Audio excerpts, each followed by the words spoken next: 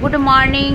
আমি লক্ষ্মী হালদার চলে এসেছি তোমাদের সাথে একটা ছোট্ট ব্লগ নিয়ে। তো দেখো আমি রওনা দিয়ে দিয়েছি। তো আমি কোথায় যাচ্ছি তোমরা পুরোটা না দেখলে বুঝতে পারবে না, তো তোমরা ফুল ভিডিওটা দেখতে থাকো। তো এত সুন্দর জায়গা না দেখলে হয়তো তোমরা মিস করবে, আমিও ভেবেছিলাম। তো আমি আজকে রওনা দিয়ে দিয়েছি। তো দেখো আমি চলে যাচ্ছি, খুব রিস্ক করে আমি ভিডিওটা শ্যুট করছি। তো কি করে শ্যুট করছি সেটা তোমাদের কি করে বোঝাবো, তোমরা বুঝতেই পারছো চলতি গাড়ি থেকে ভিডিও শ্যুট করা কতটা কষ্টের।